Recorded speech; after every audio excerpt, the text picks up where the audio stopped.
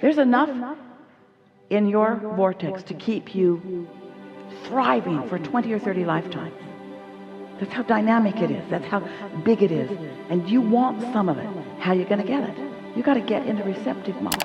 You've got to think like your inner being thinks in order to be in that receptive mode.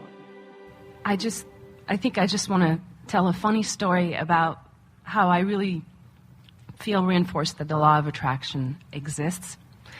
2 days ago, I decided to change my hair color, as you can all see.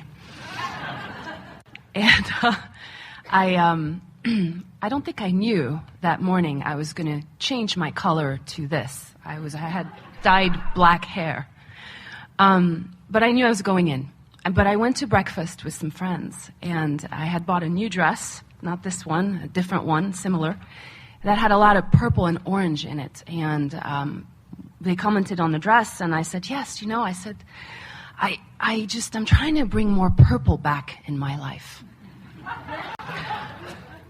And I had just listened to your tape about the butterflies and I forget, something where things were manifested pretty quickly without resistance. And so I thought nothing of it. I thought I had brought my purple back, there was my dress. And hours later, I go into the hairdresser and I sit down and I look at this new hairdresser that I like. She has the same color hair I have today. And I said, I like your hair. Can we do this color you have? And she said, yes, we can. And she explained to me what the process would look like. I agreed to that process. She consulted with her boss, colleague who seems to know even more than she does. And together they talked about those numbers about the colors that you get on your hair, R2 and D3 and do this and do that. So they seemed really confident and on it. It's the Star Wars beauty shop. Pretty much. And so I just sat there really enjoying the journey, and they bleached my hair first to get rid of the black, and then they put in the dye that was supposed to turn out like this. And she puts it on, we wait a bit, and then she looks at my head and she calls her colleague, and with a great deal of anxiety in her voice, and she shows her, and I look in the mirror, and lo and behold, my hair was bright purple. I mean, I really mean it. Just brilliant, cabbage, bright purple color. And they were dumbfounded. They just stood there with their mouths open and explained to me that they had done everything that it, should lead to this color I have right now. And I said, I think I know why.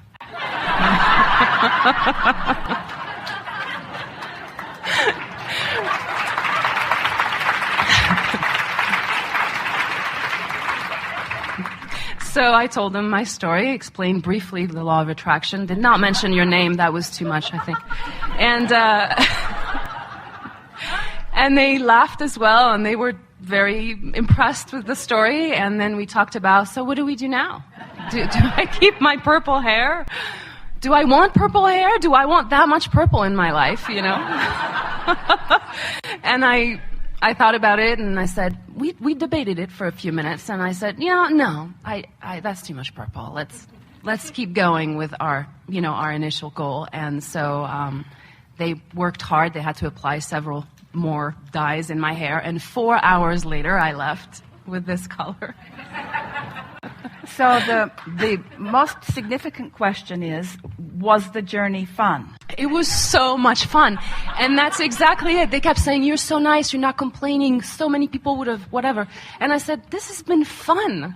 We've had a blast today. I had my little puppy dog on my lap, a baby chihuahua, and I got to know this lady that did my hair and her boss, and we talked about buying the business and how maybe I'll invest money into this business because she wanted to sell the business to the woman who was doing my hair, and her name is Joy, and on and on and on and on. It was just really fun. So what are all of you taking away from this? So should we say a higher flying disc could have been in order to begin with? That's not necessarily true, because we can't say that anything went wrong if it was a joyful journey. Could we say that sometimes things manifestations that are coming along the way seem to be wrong? when really they are on the path to right? Are we saying it's always better to make the best of wherever you stand? What are we saying? Are we saying things are always working out for you? Are we saying that the universe is responding to the vibration of your offering, your vibrational offering? Are we saying that you may be offering vibrations that you don't even realize that you're offering? Are we saying that all of this helps you gain control of your vibration? So what's your takeaway from it? In other words, what are you taking away from this? Have you decided that a refinement of your vibration is in order? Are you saying that nothing went wrong and that it all actually was sort of a nice unfolding? Well, in a perfect world, this is really what we want you all to think about. In a perfect world, do you go from where you are directly and swiftly to the things that you want? Immediately, in other words, is the best route the quickest route? It's worth talking about. Is the best route the quickest route? Is this how you decide the perfection of your vibrational offering, the swiftness of it? Or do you like to be on a journey where you collect more data and then decide, and collect more data and then decide? In other words, it was quite a process, wasn't it? Yeah. It was quite a process. We want you to take away from it that nothing is ever going wrong, and that where you stand, no matter how purple your hair is in any moment in time, is not the wrong place to be. And that's the thing that is most tricky for most of you. When you stand in a place that is less than what you hoped that it would be, there is often an observation and an evaluation of the place that you are now standing that slows the momentum of where you really wanted to be. Where if you can understand that everything that is happening is really meant to propel and enhance your experience, that nothing is ever going wrong. Nothing is ever going wrong. When you get that and feel that and know that, then you can be that nice person that just kind of rolls with it as it comes. But you can also be a person who is enjoying every step along the way. We think sometimes that you get in this place of shortage, talking about humans in general, which is never really fair.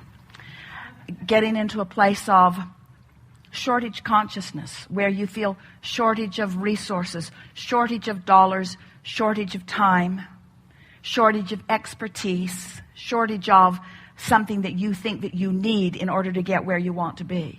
And we want this gathering to have convinced you, or to get you on the road of becoming convinced, that there is no shortage, because you have this non-physical energy at your back. And it's not indiscriminate. It is very discriminating non-physical energy, because you have been the discriminator.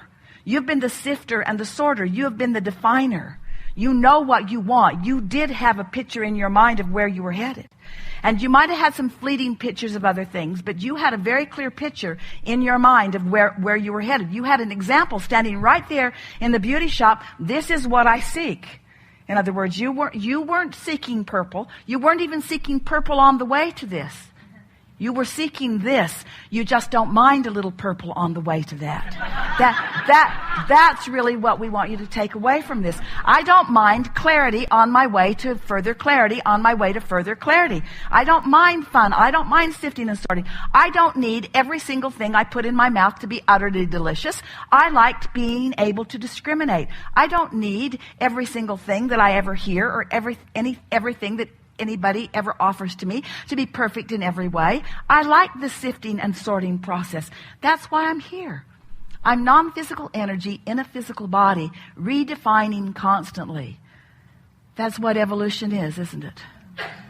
That's what it is. Just redefining, constantly redefining and redirecting, redefining and redirecting. It's such fun to be a creator, and so fun to be a creator who could, even if only for a little while, have purple hair. Yeah. Enough? Yes. Yeah.